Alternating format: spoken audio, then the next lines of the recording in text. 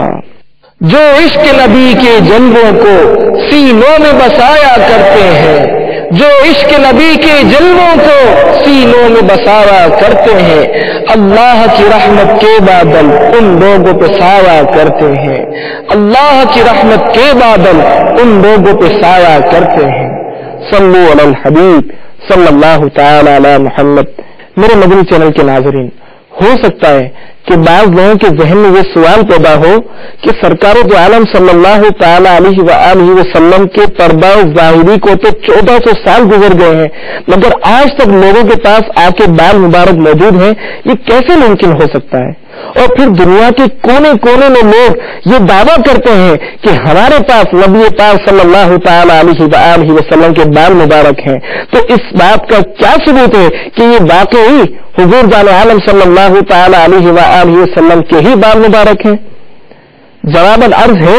کہ جب سرکار دو عالم صلی اللہ تعالی علیہ وآلہ وسلم کے منہ مبارک تراشے جاتے تھے تو صحابہ کرام علیہم رضوان انہیں حاصل کرنے کی خاطر پروانہ واد ٹوٹ پڑتے، اور جسے کچھ مل جاتا وہ اسے دنیا کی ہر چیز سے عزیز تر سمجھتا اور باحفاظت تمام سنبھال کر رکھتا تھا۔ پھر رفتہ رفتہ صحابہ کرام علیہم رضوان نیکی کی دعوت عام کرنے کی غرض سے دنیا کے چپے چپے میں پھیلتے گئے، اور اس طرح دوسری اشیاء کے ساتھ ساتھ منہ مبارک بھی دنیا کے کونے کونے میں پہنچے۔ اور یہ بات تو بچہ بچہ جانتا ہے کہ انبیاء کرام علیہ السلام کی اجسام طاہرہ کو زمین نہیں کھا سکتی، جیسا کہ حدیث پاک میں آتا ہے ان اللہ حرم علی الارض ان تأکل اجساد الانبیاء، بے شک اللہ عز و جل نے انبیاء کرام علیہ السلام کے مبارک جسموں کو کھانا زمین پر حرام کر دیا ہے۔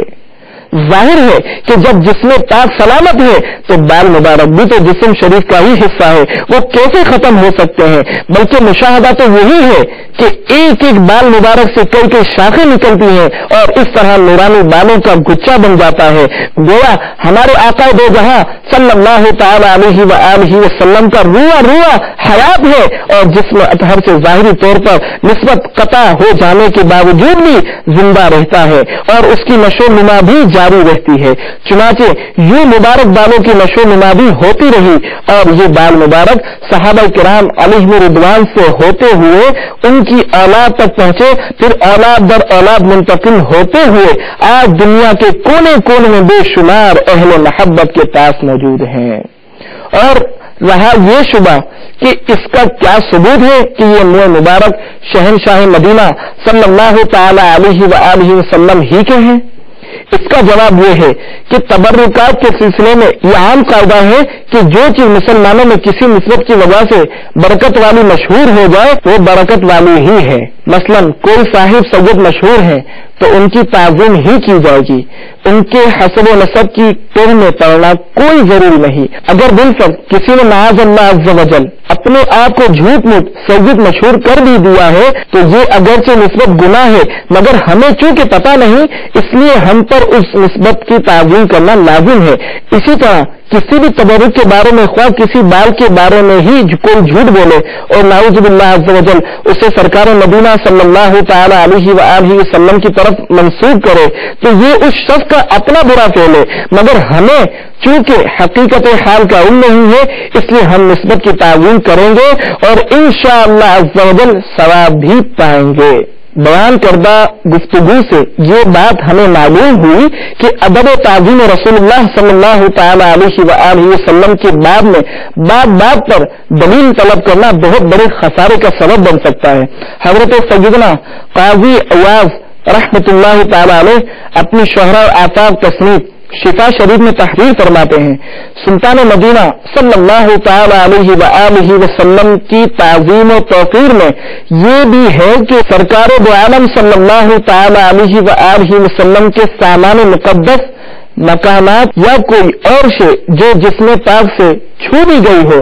اور جس چیز کے بارے میں یہ مشہور ہو گیا ہو کہ یہ سرکار مدینہ صلی اللہ تعالی علیہ وآلہ وسلم کی ہے، ان سب کی تعظیم کرنا۔ حضرت علامہ علی قاری علی رحمۃ اللہ الباری شرح شفا میں اسی عبارت کے تحت فرماتے ہیں، جو بھی چیز سلطان مدینہ صلی اللہ تعالی علیہ وآلہ وسلم کی طرف منسوب ہو اور مشہور ہو اس کی تعظیم کی جائے۔ صلو علی الحبیب صلی اللہ تعالی علی محمد۔ اے ہمارے پیارے پیارے اللہ عز و جل، ہمیں سرکار دو عالم صلی اللہ تعالی علیہ وآلہ وسلم سے منسوب ہر متبرک چیز کا ادب و احترام کرنے کی توفیق عطا فرما، اور حضور جان عالم صلی اللہ تعالی علیہ وآلہ وسلم پر بکثرت درود و سلام پڑھنے کی توفیق عطا فرما، آمین بجاہ النبی الامین صلی اللہ تعالی علیہ وآلہ وسلم۔ فیضان درود و سلام، فیضان درود و سلام، فیضان درود و سلام، صلوا علی الحبیب صلی اللہ علی محمد صلی اللہ علیہ وسلم۔ ابھی جو آپ نے سلسلے میں حضور فرمایا، اس کے بارے میں اپنے تاثرات اور مدنی مشورے 0321239 اور 03012612 پر SMS مفید میں ایک مدنی چینل میل کر سکتے ہیں۔